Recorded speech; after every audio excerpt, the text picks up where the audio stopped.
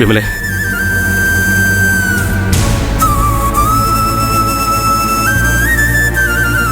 എന്തിനാ നീ ഇത് ചെയ്തത്? എനിക്ക് സഹിക്കാനാവുന്നില്ല. ഒരിക്കലും ഞാനത് കരുതിയില്ല. ഒറ്റയ്ക്കങ്ങ് പോകാനാണോ നമ്മൾ ഒരുമിച്ചത്?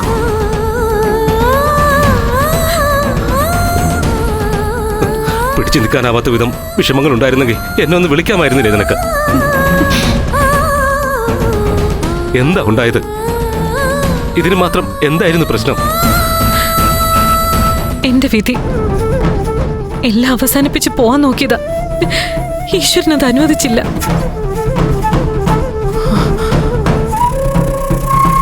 കല്യാണം കഴിഞ്ഞതോടെ ഒരു ജീവിതം കിട്ടിയെന്ന് തോന്നിയതാ.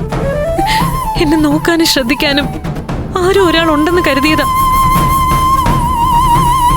പക്ഷെ എല്ലാം വെറുതെ ആയിരുന്നു. വെറുതെ. എനിക്കിപ്പോ ആരുമില്ല. ഈ ലോകത്ത് ഞാൻ തനിച്ച. ഹരിയേട്ടൻ എന്നെ കാണാൻ വരേണ്ട ഒരു കാര്യമില്ല. പൊയ്ക്കോ ഇവിടുന്ന് പ്ലീസ്. വിമലെ, ജീവിതം ശരിക്കും എനിക്ക് മടുത്തു.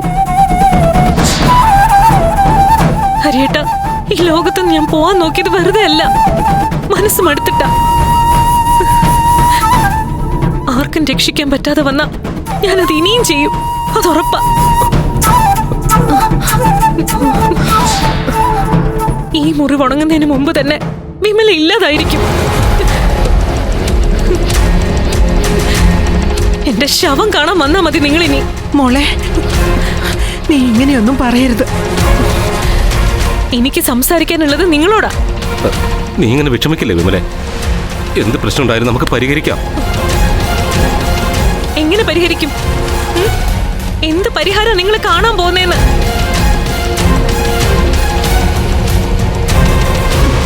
ഇന്നലെ ആ വീട്ടിൽ നിന്ന് ഇറങ്ങി വരുമ്പോ നിങ്ങൾ പറഞ്ഞ വാക്കുകൾ ഞാൻ മറന്നിട്ടില്ല. നിങ്ങളോട് എന്റെ കൂടെ പിറപ്പെന്ന് പറയുന്ന ആള് കാണിച്ച തെറ്റിന് അയാൾ വന്ന് മാപ്പ് പറഞ്ഞില്ലെങ്കിൽ എന്നെ തന്നെ വേണ്ടെന്ന് വെക്കുന്ന. എന്താ ശരിയല്ലേ?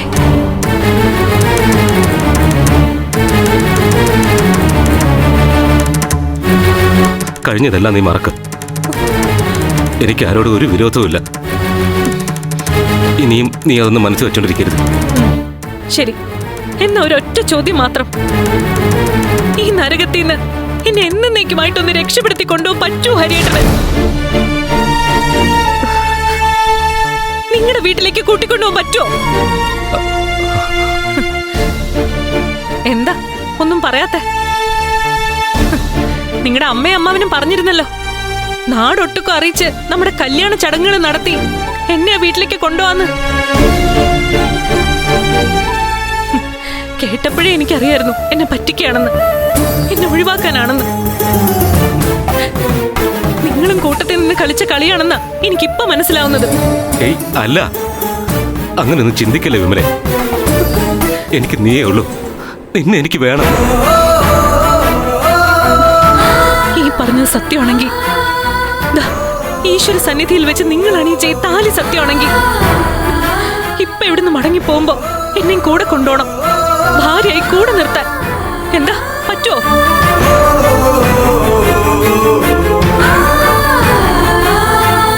എന്താ ഒന്നും മിണ്ടാത്തെ?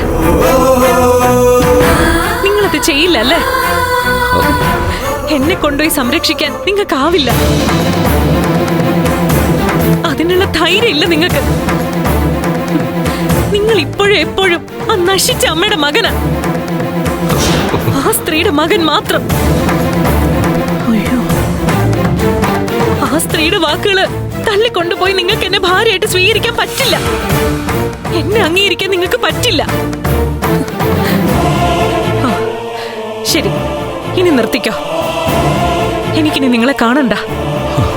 എന്റെ മുന്നിലേക്ക് നിങ്ങൾ ഇനി വരാൻ വേണ്ട.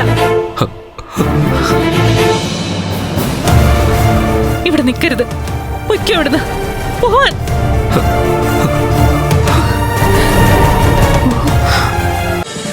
ഫ്ലവേഴ്സ് ഒരുക്കുന്ന കാഴ്ച വസന്തം യൂട്യൂബിൽ പ്രേക്ഷകർക്ക് ലൈവായി കാണാം. ഫ്ലവേഴ്സ് കോമഡിയിൽ ജോയിൻ ചെയ്യൂ, ആസ്വദിക്കൂ.